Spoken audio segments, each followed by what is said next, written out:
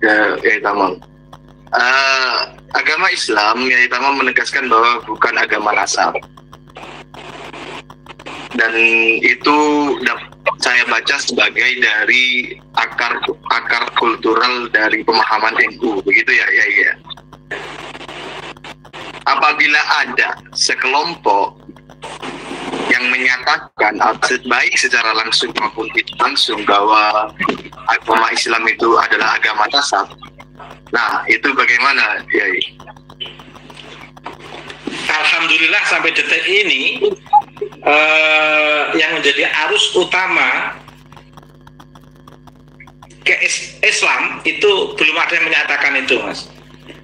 Hanya kelompok kecil yang lebih mengedepankan Islam seolah-olah brandnya itu dinasab, seperti kaum Ba'alwi yang ada di Indonesia. Ini kan luar biasa.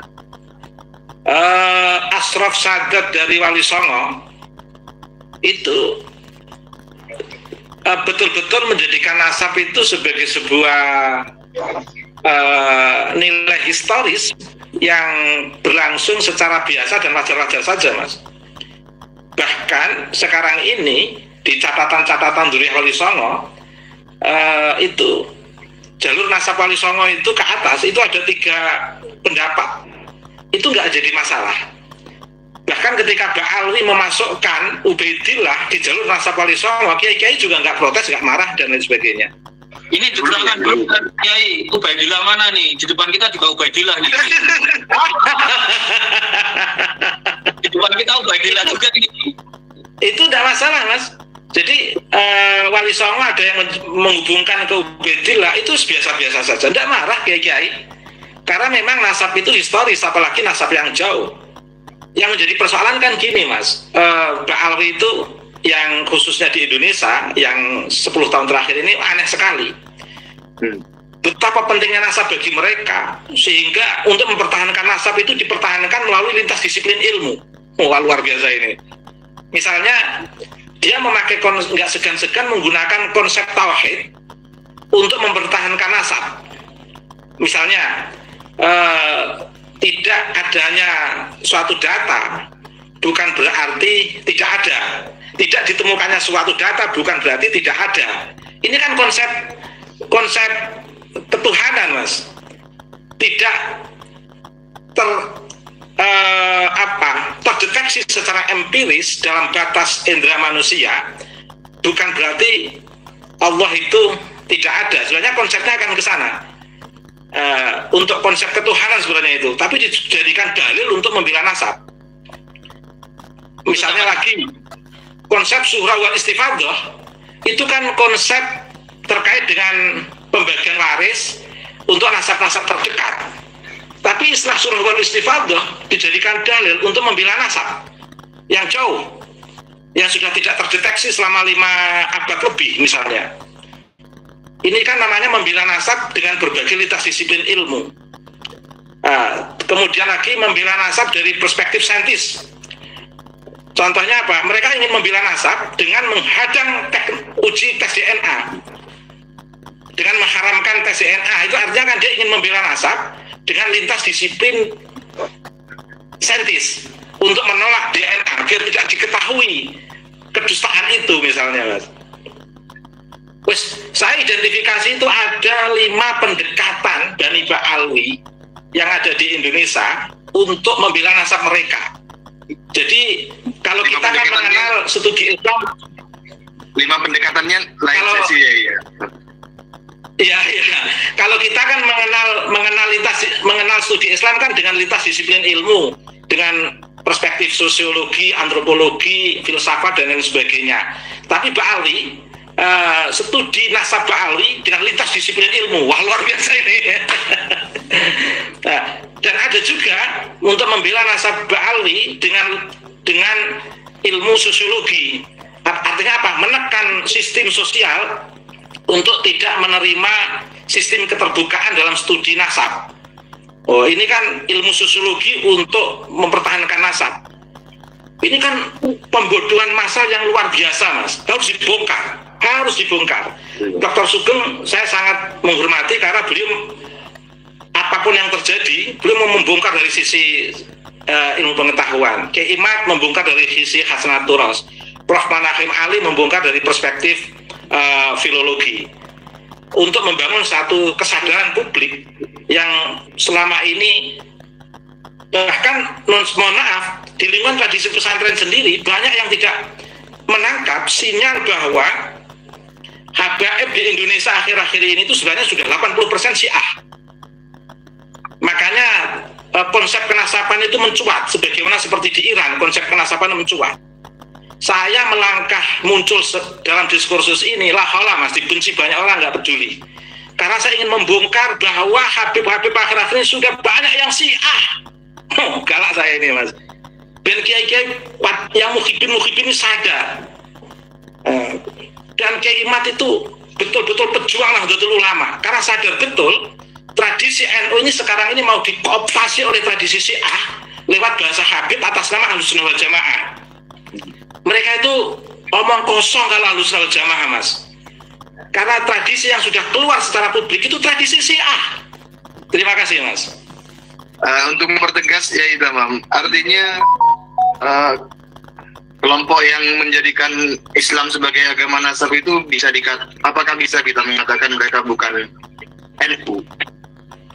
Oh jelas bukan NU.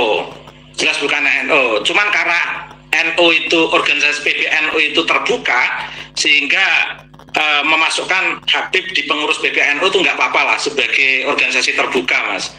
Jadi pengurus PBNU kalau dari Habib itu sebenarnya pengurus yang diambil dari bukan orang NU sebenarnya, kalau saya boleh terus terang mas.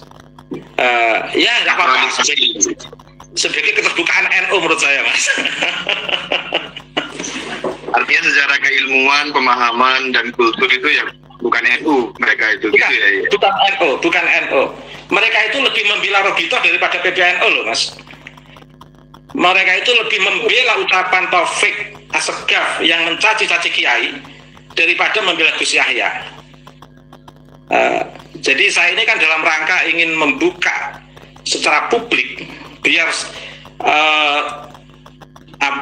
warga Nahdliyin yang satu nafas dengan saya baik di struktural PBNU maupun di warga grassroots itu paham betul gerakan Bani Ba'alwi di Indonesia ini tuh sudah banyak yang mengarah pada Syiah. Anehnya mereka itu menuduh Kiai Imad Syiah, luar biasa. Bahkan Bani Ba'alwi yang di Indonesia lewat FPI itu sudah kerjasama dengan HTI untuk sistem khilafah, dan ini berbahaya. Tapi anehnya kelompok-kelompok habaib atau muhibin menuduh Kiai Imad Wahabi, padahal selama ini yang dekat dengan Wahabi itu Habib Rizik dengan sistem khilafahnya itu, dengan HTI itu. Dan luar biasa mas. Jadi mereka itu sebenarnya menggunakan legitimasi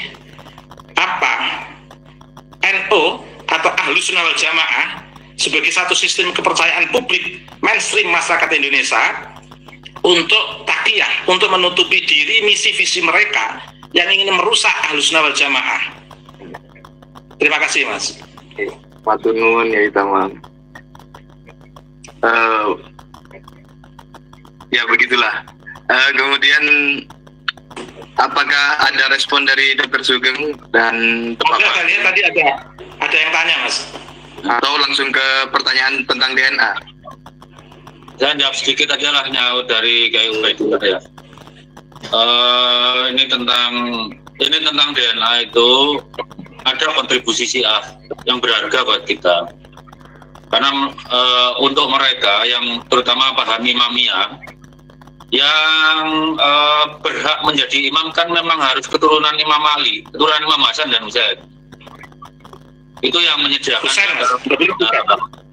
menyediakan data bagi kita, karena mereka juga nggak mau keliru, maksudnya nggak mau keliru menunjuk imam, itu ya. Walaupun yang didata nggak cuma Syiah, asal keturunan Hasan Husain yang bukan Syiah pun didata. Jadi konfirmasinya ya tetap harus sama keturunan Adnan dan keturunan Nabi Harun gitu. Itu masih ongoing lah. Kebetulan saya juga teman-teman Syiah ada yang Kalau saya dituduh si A, saya tinggal makan ikan lele Pak Gai. Itu jawaban paling mungkin banyak yang nggak ngerti, si A itu melarang makan lele, melarang ikan yang nggak punya sisik. Kalau saya senang kucing lele, itu aja. Tapi kalau saya dituduh Wahabi, dia tinggal jalan cari orang tahlilan ikut gitu aja udah. Jadi itu aja saya langsung jawab ke Mas Lutfi. Mas Lutfi, sepertinya ada pertanyaan dari para viewer, silakan. Udah terkumpul 4 pertanyaan lagi Pak Sugeng. Yang pertama Pak Sugeng, apakah Hablum Grup E masih keturunan Nabi Ibrahim? Silakan. Pertama, Hablum Grup E itu asalnya dari Afrika. Memang dalam interaksinya ada keturunan Nabi Ibrahim yang menikah dengan Hablum Grup E, terutama ketika bangsa Israel itu diperbudak bangsa Mesir. Jadi Firaun dan keluarganya itu kan banyak Hablum Grup E. Jadi kalau Hablum Grup E keturunan Nabi Ibrahim itu bukan dari jalur laki-laki, pasti dari jalur parental gitu. Jadi kemungkinan ibunya itu keturunan dalam hal ini Bani Israel ya, itu memang ada yang E, tapi bukan jalur laki-laki. Kalau bahasanya keturunan itu Hablum Grup manapun bisa keturunan Nabi Ibrahim. Namanya keturunan itu kan mahramnya Nabi Ibrahim. Andai kata Nabi Ibrahim hidup sekarang, itu nggak boleh menikahi orang itu. Kalau dia perempuan, ya. Kalau dia laki-laki ya Siti Hajar atau Siti Sarah nggak boleh menikahi orang itu, itulah katakanlah gitu kalau. Tapi kalau jalur laki-laki itu seperti saya bilang, jalur laki-laki. Selain di luar JZ 2328, menurut kesimpulan saya mustahil jalur laki-laki Nabi Ibrahim. Mustahil itu. Untuk memastikannya nanti dicari lagi karena penanda itu kan loncat 3-4 generasi. Jadi untuk setelah dipastikan mana yang tertolak, kita gunakan yang sudah mungkin itu kita bisa dipakai buku nasab. Misal nih ya, saya buat perandian begini. Antara Imam Ja'far bin Abi Thalib dengan Ali bin Abi Thalib, itu kalau dihitung kakek bersamanya kan sama tuh masa waktunya. Demikian juga dengan keturunan katakanlah Abbas bin Abi Thalib. Nah, untuk menentukan Hablum Grup 3 orang ini perlu dibantu buku nasab, black gitu aja, atau tes DNA. Oh enggak, setelah yang nggak mungkin ribuani. Katakanlah yang seharusnya kakek bersamanya 1400 tahun lalu, setelah dihitung ternyata jadi 5000, yang bikin 5000 ya kita buang. Yang kakeknya itu termasuk rentang hidupnya Imam Ali, terus Ja'far bin Abi Thalib, terus katakanlah Abbas bin Abdul Muthalib, baru kita pilih sesuai buku nasabnya, kita isbat Hablum Grupnya. Nanti itu apakah dipakai untuk ahli fikih menetapkan nasab seseorang, ya silahkan aja.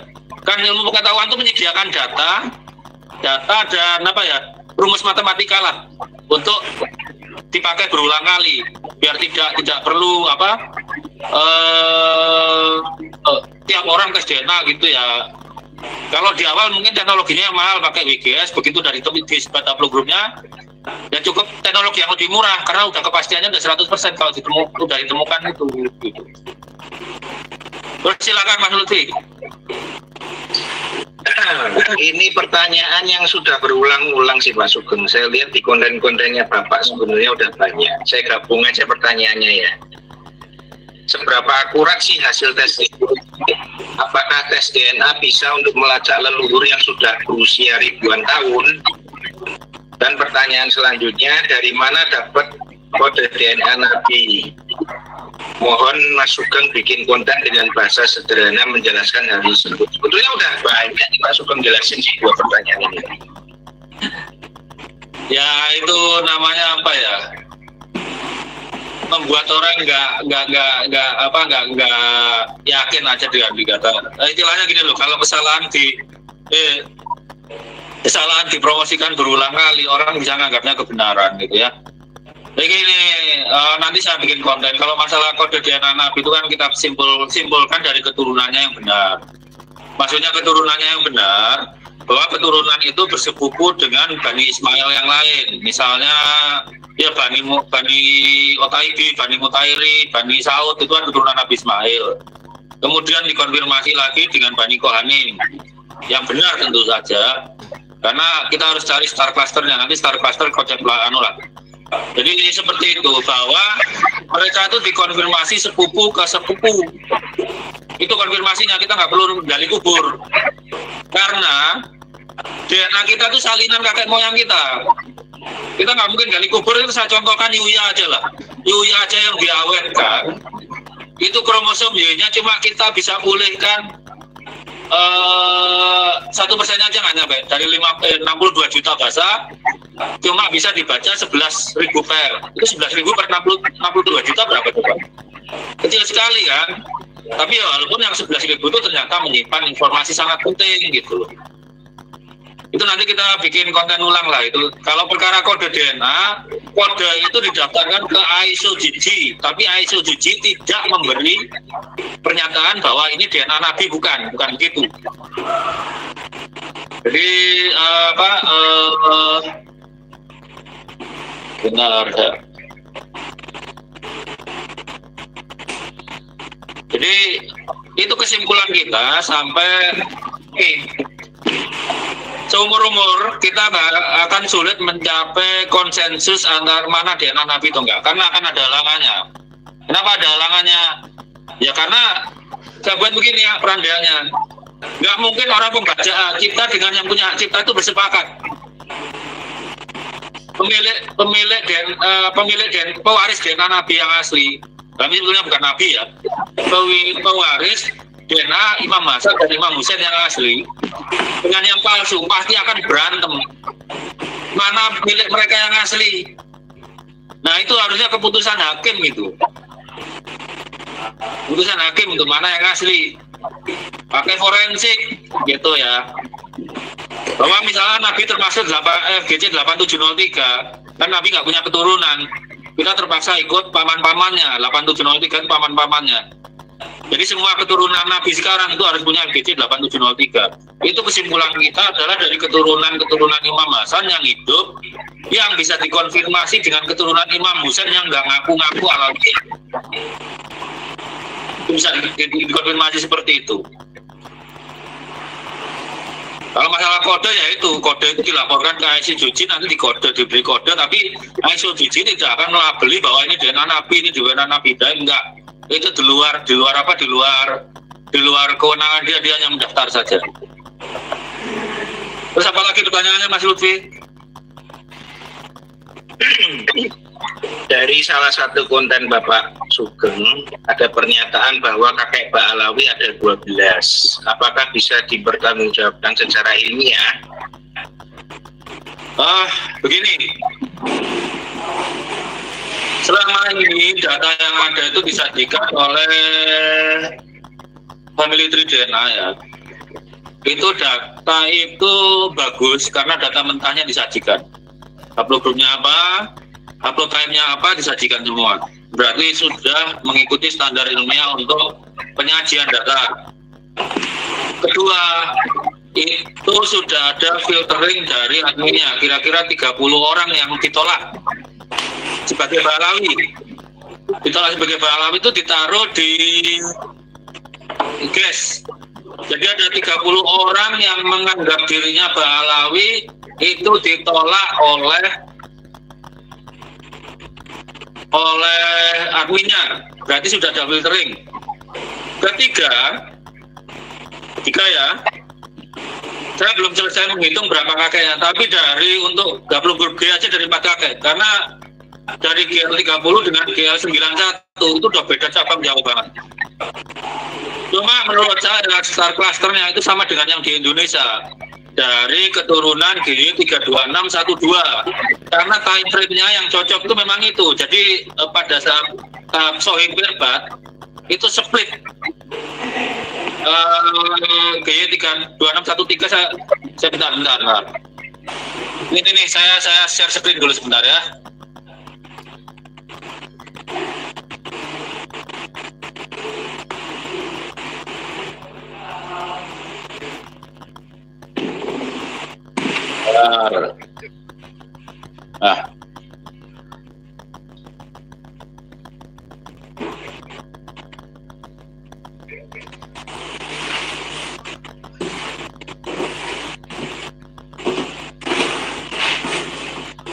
Saya screen dulu. Kita coba lihat ya.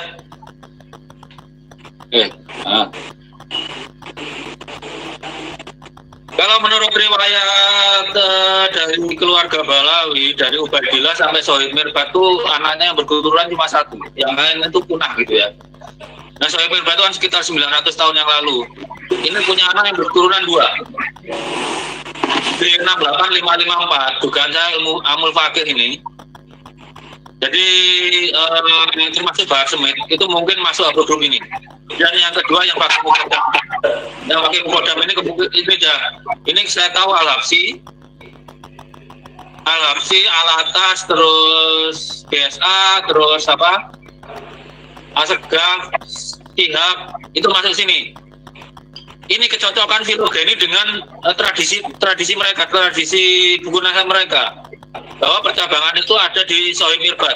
Haplogrup lain nggak cocok dengan riwayat itu. Memang ada ada bahwa dari Balawi itu yang haplogrup J1 ada, tapi semuanya itu kecuali 2 orang ya, 2 orang yang lain itu lebih tua daripada era waktunya Nabi Muhammad. Haplogrup J tua. Mungkin Ibrahimi, mungkin saya belum deteksi semuanya. Jadi itu aja. Jadi kita harus fitting antara filogeni dengan tradisi tutur mereka, bahwa yang anaknya mulai anak berketurunan bercabang itu Sohib Mirbat. Atasnya kan tidak bercabang gitu ya. Tapi kalau ini dipakai di 32612 ini, itu tidak ada percabangan dari sampai berapa ya, sampai 7.600 tahun yang lalu. Harusnya kan bercabang banget ini. Kenapa? Nabi Ibrahim itu punya anak nggak cuma satu, seingat saya berapa pakai anaknya Nabi Ibrahim itu? Banyak mas, cuman yang dikenal Ismail sama Ishak. Nah, itu menurunkan Yakub, menurunkan Yusuf dan Yahuda dan Bunyamin dan lain sebagainya itu. Kalau ngikuti filogeni ini, Nabi Ibrahim itu cuma punya satu cabang aja anaknya. Padahal itu udah jelas salah, karena Nabi Isa itu punya anak, Nabi Ismail juga punya anak. Itu nggak klopnya antara filogeni keluarga Balawi dengan filogeni keluarga Bani Ibrahim gitu. Dan ingat bahwa kromosom Y itu tidak rekombinan. Katakanlah 30.000 tahun lalu kakeknya J1 ya, sekarang harus J1, cuma bercabang-cabang, membentuk haplogrup cabang. Seperti di NU itulah ada PBNU, ada pengurus wilayah, pengurus cabang, pengurus ranting kan gitu. Itu jadi kita, kalau kesimpulan saya star clusternya Balawi memang haplogrup G. Yang lain ya biar. Dan ini yang keempat. Saya stop sharing dulu. Ini yang keempat. Kenapa data itu bisa dipakai? Karena tidak ada bantahan dari Rabitatul Alawiyah bahwa itu data itu benar atau salah. Kalau mereka membantah itu salah, mereka harus menyajikan yang benar. Karena ilmu pengetahuan menuntut keterbukaan. Tidak bisa menuduh data itu salah, tanpa menyediakan data benar. Itu. Jadi kita bisa pakai, karena data itu tidak ada bantahan dari Rabitatul Alawiyah. Kalau mereka menuduh data itu salah, mereka harus menyajikan yang benar. Harus menyajikan apakah Ubaidillah modal haplogrup harus dibilang apakah Ubaidillah modal haplotype. Ini bilang Ubaidillah lagi, di depannya kayak Ubaidillah lagi. Artinya Ubaidillah itu kakek mereka lah, yang Ubaidillah B. Tidak apa-apa mas, tenang aja mas. Harus itu, mereka harus menemukan tuh kakeknya sendiri. Beda dengan saya, yang saya tahu cuma kakek buyut saya, itu lain cerita. Mereka kan dengan bangganya sampai 1100 tahun lalu tuh bisa nyatet nasabnya gitulah. Jadi itu, apalagi data itu bisa dikonfirmasi perusahaan lain. Orang boleh ya nuduh kok family tree DNA, ternyata ada 6 Balawi dari Indonesia yang dulu tidak terdeteksi oleh papernya Profesor Hera, tes sendiri di Dante, ternyata haplogrup-nya sama dengan yang di family tree DNA, sama dengan marga Al-Habsyi, sama dengan marga Jamalul Lail, sama dengan BSA, sama dengan Shihab, seperti itu. Jadi kita bisa menggunakan data family tree DNA. Setelah ketemu star clusternya kita pakai untuk mencari yang perusahaan lain, karena perusahaan lainnya nggak pakai nama, itu cuma kode doang ditunjukkan tuh apanya. Ya udah kita lacak seperti itu. Detektif kan cari kemungkinan. Ingat ini forensik ini. Itulah menyelidiki barang bukti. Makanya Bahar Smith dan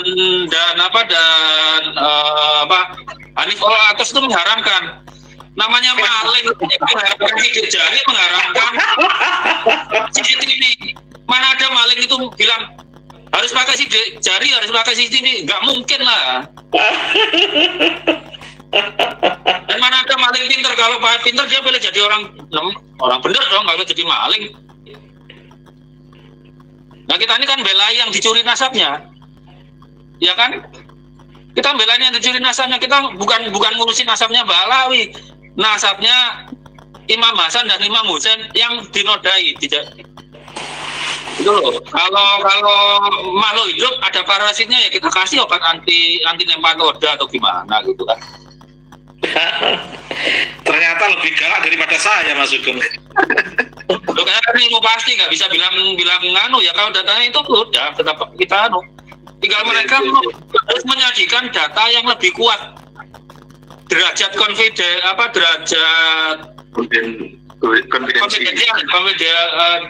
degree of confidentialnya harus lebih tinggi. Misal nih, saya bilang 95% datanya bisa dipercaya. Mereka harus bikin 96, 78, 99% itu lebih bisa dipercaya. Tapi kan harus ada data mentahnya, harus ada olah datanya, harus ada matematikanya gitu. Kalau itu nggak ada, cuma narasi doang, ya mending jadi tukang dongeng deh, nggak usah bicara genetika. Genetika tentang 12. Kok. Ini ada pertanyaan buat Kiai Ubaidillah ini. Oh, nggih, monggo.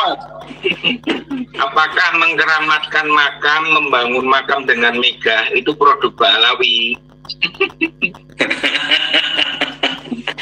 Kalau di dalam fikih kita, kalau di makam umum memang tidak boleh mengasih kijing makam itu tidak boleh, Mas. Tapi kalau di tanah sendiri siapa yang nolak, siapa yang melarang?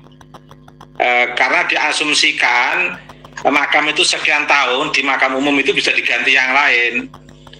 Artinya dari sisi seperti itu kan sebenarnya silih berganti mayat dalam sebuah tempat itu kan kalau sudah tidak terdeteksi kan tidak apa-apa. Tapi yang menjadi persoalan ketika dikijing itu nantinya kan sayang tanahnya. Kalau di tanah umum, Mas, kan bisa dipakai yang lain. Jadi dalam konteks ini nggak sesakral mungkin lah, Mas. Dalam konteks makam umum itu kan silih berganti bisa. Nah, tapi kalau di tanah sendiri siapa yang nolak? Wong di tanah sendiri hak sendiri, istilahnya kan begitu. Tetapi itu pun tradisi NU kalau di makam itu kan berdoa dan hadrah, Mas. Tidak sampai mencium-cium makam, tidak sampai seperti patung yang disembah makam itu dalam tradisi NU. Ziarah kubur itu penting di tradisi NU, tapi dalam konteks berdoa, mendoakan waladin sholihin yad'ulahu, anak mendoakan orang tua itu wajar, bisa di rumah, bisa di mobil, bisa di pusaranya. Mungkin kalau di pusaranya lebih bisa membangkitkan suasana emosional, kedekatan historis barangkali ya. Saya sendiri ziarah ke Syekh Mutamakin Kajen itu kalau nggak datang ke makamnya itu nuansa emosionalnya berbeda. Kalau langsung datang di makamnya itu kan ada nuansa historis tentang kesejarahan beliau, gerakan kemanusiaan, persamaan, keadilan beliau sebagai wali yang memberikan pemberdayaan kepada masyarakat. Ketika saya datang di makam beliau itu teringat suasana itu, sehingga datang ke makam langsung selain kita bisa berdoa, itu sebenarnya ingin mengambil suasana inspiratif tentang ketokohan kepahlawanan, visi misi dan gerakan makam yang kita datangi itu. Kalau makamnya orang tua kan membangun nuansa historis, emosional, karena pernah dekat semasa hidup dengan orang tua, kan tidak apa-apa Mas. Sehingga bisa menguatkan sistem doa kita kepada Allah untuk orang tua yang punya sejarah dengan kita. Makanya dalam doa sendiri itu kan Rabbighfirli wali walidayya warhamhuma. Ampuni saya, kedua orang tua saya, yang keduanya itu telah menyayangi saya sejak kecil. Kita merasakan filosofi menyayangi itu kan ketika kita mengingat sejarah yang pernah kita lalui dengan orang tua. Ketika itu kita jauh dari makam, tidak apa-apa. Tapi kalau datang di makam kan bisa lebih dekat suasana psikologisnya Mas. Jadi sangat ilmiah. Orang NU ziarah kubur itu sangat ilmiah Mas. Tidak dalam suasana halusinasi, tidak. Saya tawasul, bahkan hampir Jumat 1 minggu sekali saya sowan Syekh Mutamakin Mas, untuk membangun sistem emosional saya, memohon kepada Allah ada suasana historis pergerakan Mutamakin untuk membangun kesetaraan persamaan antar umat manusia, yang itu nilai historis yang bisa saya petik. Sehingga saya mendapatkan inspirasi dari gerakan beliau untuk manusia ini harus dibangun berdasarkan persamaan, kesetaraan, kemanusiaan, keadilan. Itu inspirasi yang bisa saya dapatkan itu ketika saya ziarah. Nah, terkait dengan membangun makam, saya kira tidak apa-apa. Makam orang tua saya juga dibangun, tapi kan di tanah sendiri Mas, tidak di tanah umum. Nah, yang menjadi persoalan kan di tanah umum pada dikijingi, pada bangun, ini kan kasihan. Mayit itu kadang belum sampai 100 tahun itu kan paling 2 generasi itu sudah nggak memperhatikan itu, dan ketika dibongkar sudah nggak ada mayitnya, bisa susul yang lain, nggak apa-apa, karena makam umum seperti itu nggak apa-apa. Makanya Arab Saudi memperlakukan seperti itu, nggak ada yang menolak secara syariat. Jadi sekali lagi kalau di makam umum malah memang dilarang mengkijing, menembok, itu dilarang. Tapi kalau tanah sendiri siapa yang menolak, wong hak sendiri. Tapi sistem ziarah warga NU itu sangat rasional Mas. Jadi kalau Wahabi menuduh warga NU ziarah kubur dengan sistem penyembahan dan lain sebagainya, itu tidak empiris, itu tuduhan tidak empiris. Kalau warga NU asli itu ziarah kuburnya sangat rasional. Kecuali di situ ada nuansa Wahabi yang sangat halu, suasana berbeda. Di makam kelompok habaib tertentu itu kan biasa wiridannya ya fulus itu kan ada juga yang begitu itu Mas. Itu kan nggak enak di makam yang dibaca ya fulus. Nanti yang mau nikah ya harim, bukan ya tarim loh Mas, ya harim gitu. Jadi repot kalau di makam dengan pola-pola halusinasi seperti itu. Jadi praktis di lingkungan Nahdlatul Ulama warga NU yang saya alami, ziarah kubur itu sangat rasional. Menjadi nampak tidak rasional itu kan kemasukan pola-pola Syiah yang sangat ekstrim itu. Makanya langkah awal saya memasuki diskursus nasab ini, itu saya dicerca banyak keluarga Mas. Tapi setelah saya memaparkan tentang realitas habaib itu sudah banyak mindset Syiah yang masuk di situ. Dan saya tunjukkan pola-polanya, akhirnya memahami semuanya. Dan memang kerja kita sangat tidak populis. Saya mulai dicaci orang itu kan setelah masuk diskursus nasab ini Mas. Kiai dicaci orang, mereka nggak tahu kalau saya malati juga sebenarnya. Tapi kalau kita nggak terjun, nggak keluar, nanti hanya pengen dalam zona aman, nanti yang mencerahkan masyarakat siapa? Kalau nggak kita turut bareng-bareng dengan kelompok-kelompok pencerah di situ. Kiai kok cari zona aman terus, wah agama rusak Mas. Kiai kok pengen dipuji umat terus, nggak mau takut dicaci, wis agama rusak Mas. Kalau nggak ada yang mengkritik habaib, wah agama rusak. Karena banyak Syiah yang sudah masuk di situ, halusinasi, imajinasi dan lain sebagainya. Mohon maaf saya kok agak keras. Ini Dr. Sugeng saya ini. Terima kasih. Oke Pak Sugeng, Saya mau nyaut dikit ke Ubedillah tadi. Dalam hal ke makam ada aspek budaya juga ya. Misal kalau kita nggak pernah nengok makam kakek atau bapak kita, itu akan jadi hutan. Kita itu negara tropis. Jadi sekali datang itu merawat. Tuh satu. Kedua yang jadi kritikan seperti tabur bunga, itu kan sebetulnya penandaan aja.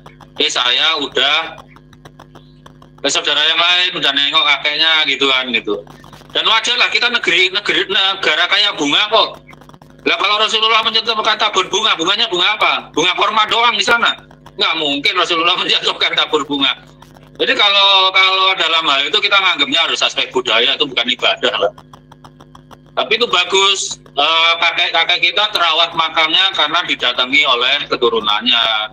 Kalau masalah doa kan ritual udah ada tuntunannya dalam agama. Kita doakan yang sudah meninggal, jangan minta orang sudah meninggal diminta itu. Kita doakan Kita doakan dengan keyakinan bahwa Allah itu Rahman dan Rahim. Yang dikubur itu diurus Allah dengan baik gitu loh. Kita yakin bapak kita itu orang yang dosanya orang normal lah, nggak usah mikir wah disiksa macam-macam lah. Menurut saya bukan orang seperti itu. Saya menganggap ayah saya meninggal itu diurus Allah dalam sana dengan baik juga.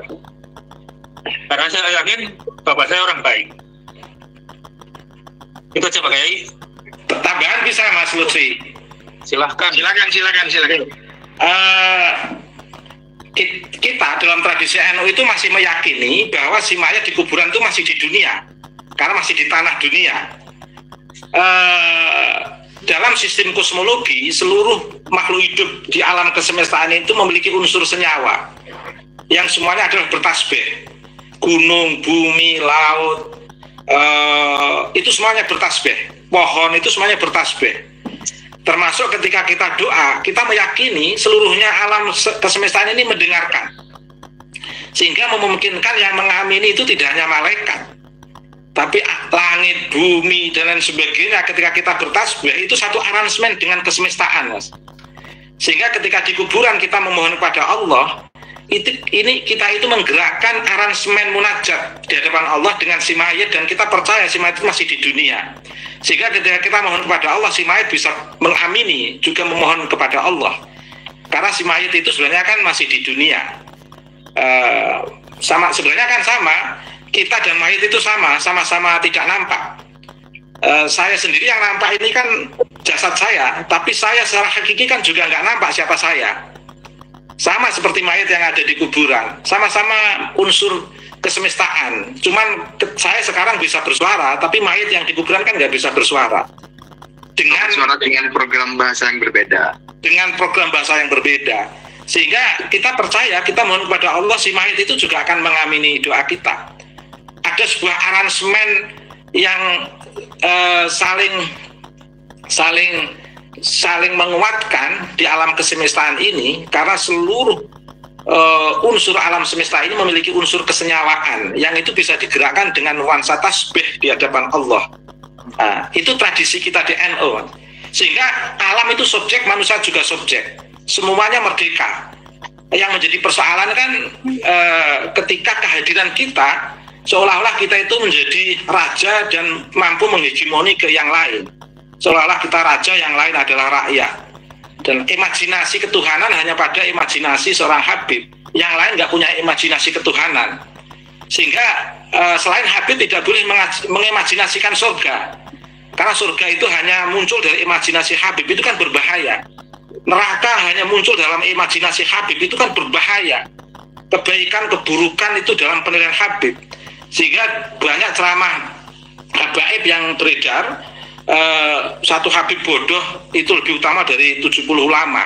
Ini kan imajinasi kebodohan yang ingin mengkooptasi atau menghegemoni keilmuan secara lebih luas. Ini kan yang berbahaya kan, hal seperti ini. Seolah-olah agama itu hanya dalam imajinasi Habib. Seorang ulama nggak boleh berimajinasi tentang agama, nggak boleh menafsirkan agama, nggak boleh merefleksikan agama. seolah-olah agama itu milik habaib. Ini kan yang jadi persoalan besar. Termasuk alam kubur pun dikuasai oleh teori-teori habaib. Seolah-olah selain habaib itu di kuburannya nggak bisa ngomong sama mayit, nggak bisa nyurati malaikat dan lain sebagainya. Ini kan problem besar dalam agama, Mas. Terima kasih. Baik, selanjutnya karena Yai Tamam masih on fire ya ini ada pertanyaan lagi buat Yai Tamam ini. Apakah Imamiyah Ba'alawi merupakan gerakan politik kekuasaan? Pasti, Mas. Politik kekuasaan juga politik perbudakan spiritual. Nah, jadi gerakan Imamah Ba'alawi, kalau saya spesifikkan di FPI, Mas, di komunitas Habib Rizik. Saya nggak malu-malu menyampaikan ini, karena dari sisi nama pun Habib Rizik mengidentifikasi sebagai imam besar. Itulah sebenarnya Imamul A'zam. Pangkat ini dalam tradisi Ba'alawi itu dimiliki oleh Faqih Muqaddam. Dalam tradisi Syiah hanya dimiliki oleh para imam-imam mullah itu. Jadi Habib Rizik sendiri sebenarnya dari sisi istilah itu sudah mengambil istilah Syiah, imamah, karena imam besar. Hadratus Syekh Hasyim Asy'ari itu pakai Hadratus Syekh, tidak pakai Imamul A'zam. Ini kan yang luar biasa. Sosok Habib Rizik yang kriminal seperti itu mengidentifikasi dengan Imamul A'zam. Ini kan luar biasa. Residivis tapi menggunakan sistem Imamul A'zam. Ini kan luar biasa. Jadi imamah dalam tradisi Ba'alawi yang di Indonesia itu tercermin pada FPI. Yang di situ nampak ada kehendak kuasa FPI untuk merebut kekuasaan dengan isu khilafah. Makanya kalau nggak ada Kiai Imad, Dr. Sugeng, Prof. Manahim Ali, Mas Rifki, dan kawan-kawan, Indonesia ini akan masuk ke pertarungan melawan sistem khilafah yang ingin dibangun oleh Habib Rizik. Dan ini nggak menuduh saya, sudah terang-terangan di publik. Sudah terang-terangan di publik. Ini dalam konteks politik. Dalam konteks agama, mereka ini kan nggak menganggap kiai dan lain sebagainya. Mereka anggap adalah habaib. Itulah mengapa Habib Taufik itu sebenarnya kan orang FPI.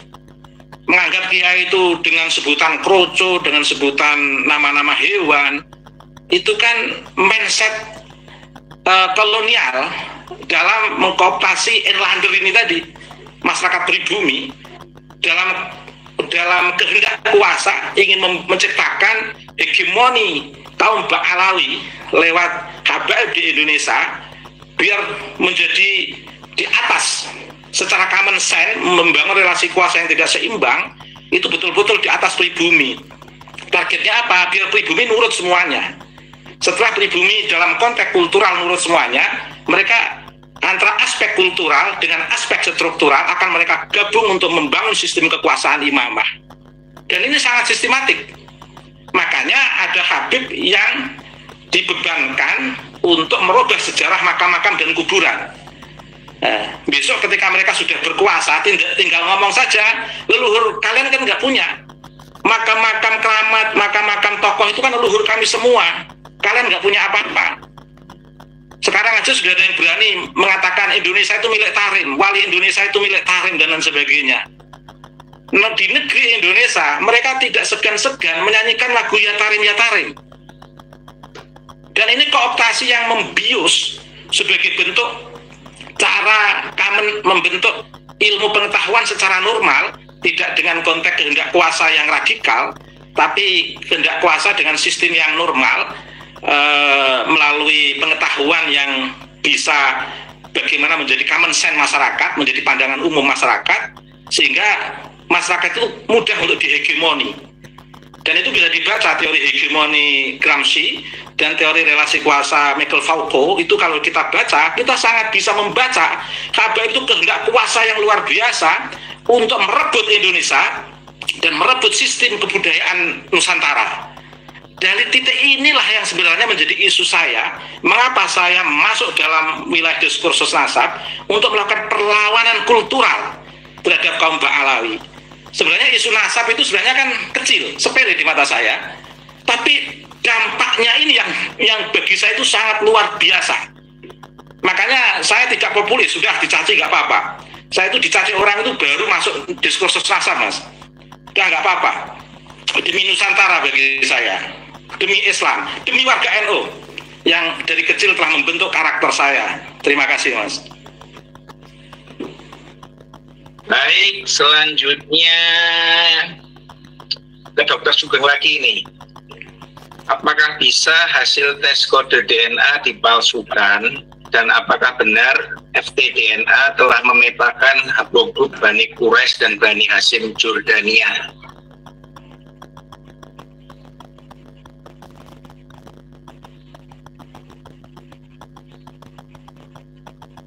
Mic-nya Dokter Sugeng kelihatannya masih mati mic-nya.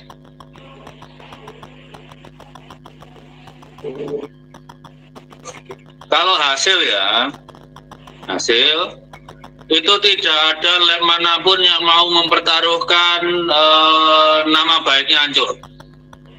Karena itu setiap lab itu pasti punya chief scientist untuk mencegah penipuan, gitu aja. Kalau masalah tentang Bani Hashim Jordan itu sepertinya data lama ya, karena kalau saya ingat-ingat haplogrup yang berseliweran itu JL859 tuh masih kurang muda untuk menentukan Imam Hasan dan Imam Husain, itu mungkin tes lama itu. Orang Quraisy memang punya SNP 859. Oh ya, saya lupa juga kalau masalah kode tes DNA dipalsukan tadi. Ini Mas Soleh masuk, biar Mas Soleh habis ini bicara nih. Oke, sip. Dulu diinterupsi. Kita sambut Dr. Soleh dulu.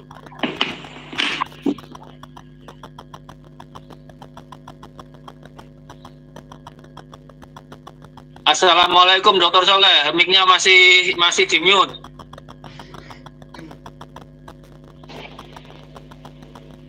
Oke, waalaikumsalam. Dr. Sugeng, Kiai Wedillah. Belum terlihat wajahnya belum terlihat. Oke, sebentar.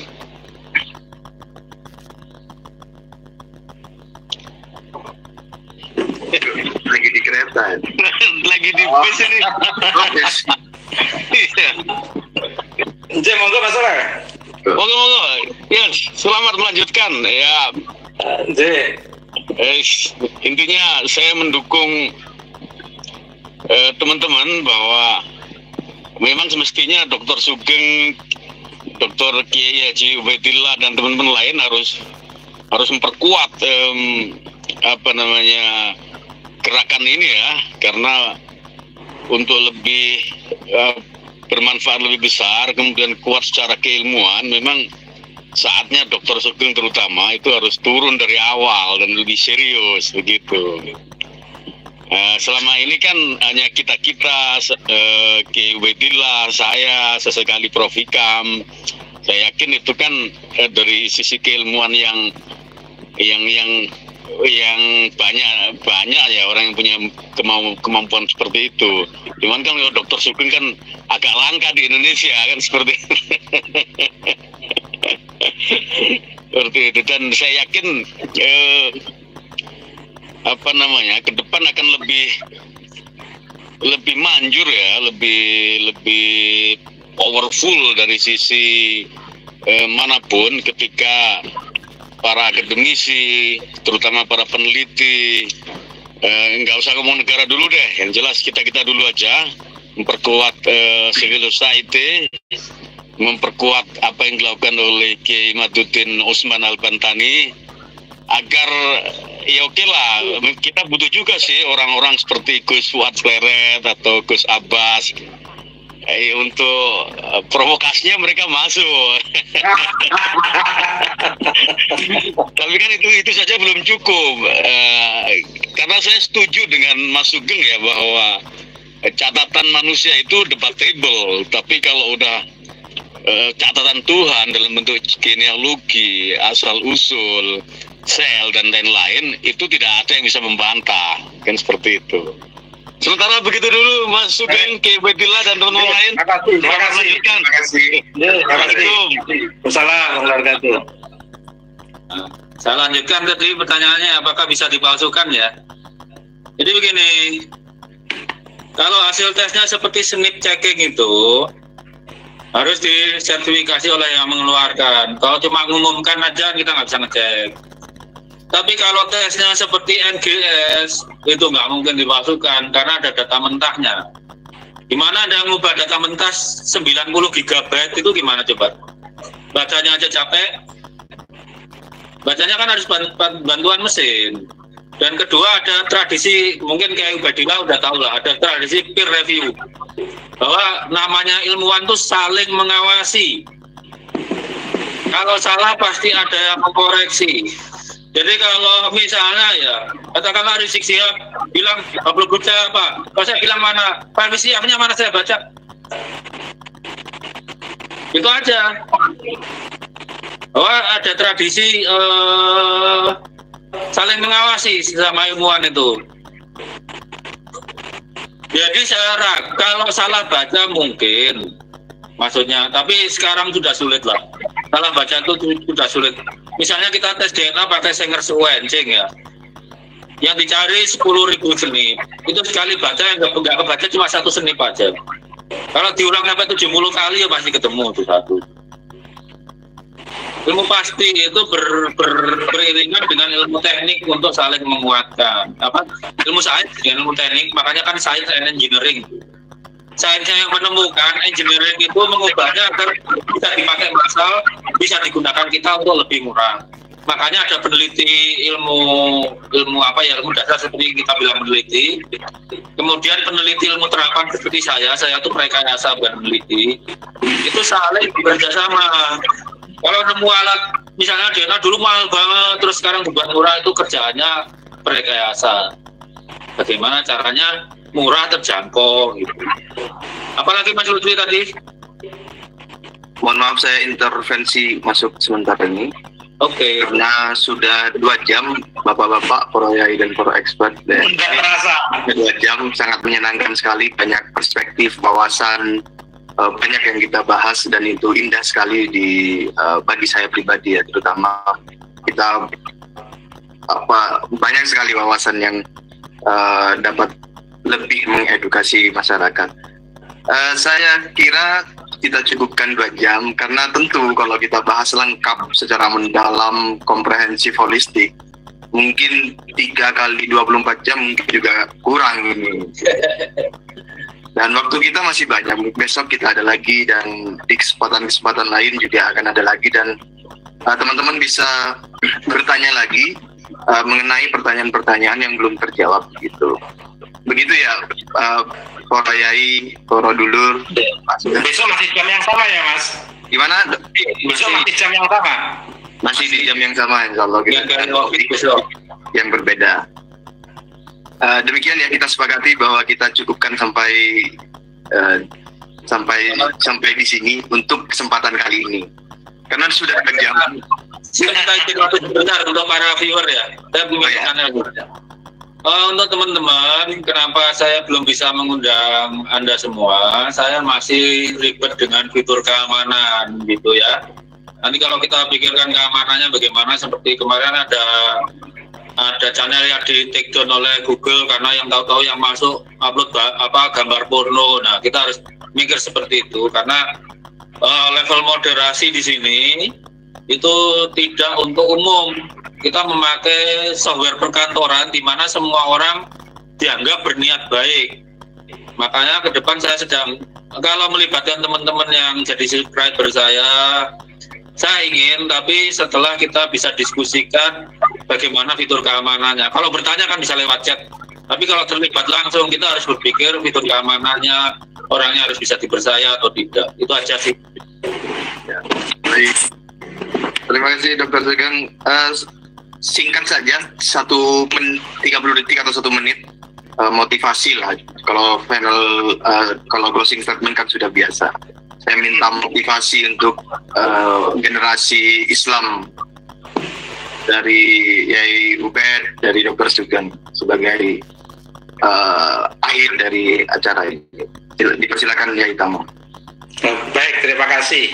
Saya ingin mengajak pada umat min ummati Nabi Mustafa Muhammad SAW, wabil khusus warga Nahdliyin, mari Islam kita jadikan sebagai agama untuk jalan hidup kita dunia dan akhirat yang berbasis ilmu pengetahuan untuk kemanusiaan, untuk ketauhidan dan kemanusiaan. Instrumen atau barometernya itu pada maqasidus syariah, yaitu menjaga agama, menjaga akal, menjaga harta, menjaga harkat dan martabat umat manusia, dan menjaga generasi yang kesemuanya bagaimana bisa menikmati indahnya Islam dalam konteks keadilan, persamaan, dan kemanusiaan. Terima kasih. Terima kasih. Dr. Sugeng? Ya, saya tanya aja, namanya umat Islam itu, terutama adik-adik yang muda-muda ini kan bakatnya macam-macam. Belajar sesuai bakatnya, sungguh-sungguh yang terbaik. Dan kita, bangsa Indonesia itu tergolong mayoritas haplogrup OM175. Untuk Indonesia Barat itu sekitar 85%. Kita jangan kalah sama bangsa lain yang haplogrupnya sama, seperti bangsa Cina, bangsa Korea, bangsa Jepang. Kita harus bekerja lebih keras lagi untuk mengejar ketinggalan.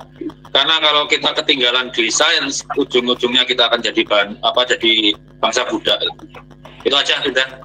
Oke.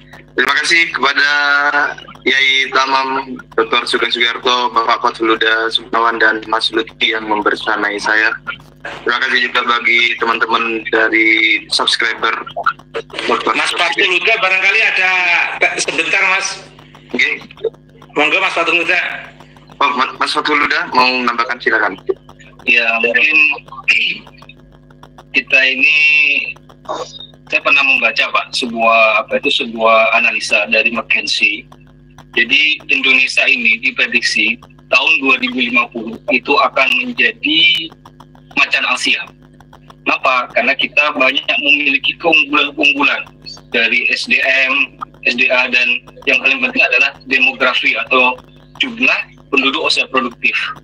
Nah ini ya, jangan sampai kita ini tidak kritis dengan doktrin-doktrin yang disebarkan oleh kalangan habaib kita ini untuk anti sains. Dalam artian di sini tidak mendalami ilmu DNA gitu. Jadi kesimpulannya kita harus memakai keunggulan demografis ini agar Indonesia di tahun 2050 itu menjadi macan Asia, dalam artian maju semuanya dalam bidang pembangunan dan dalam bidang sains. Mungkin itu aja, Mas Rizky. Terima kasih. Terima kasih Bapak Fathuluda. Terima kasih Dr. Sugiarto, Kiai Tamam Munji, Bapak Fathuluda. Terima kasih Mas Lutfi. Terima kasih para hadirin sekalian. Jumpa lagi di kesempatan berikutnya. Wassalamualaikum warahmatullahi wabarakatuh.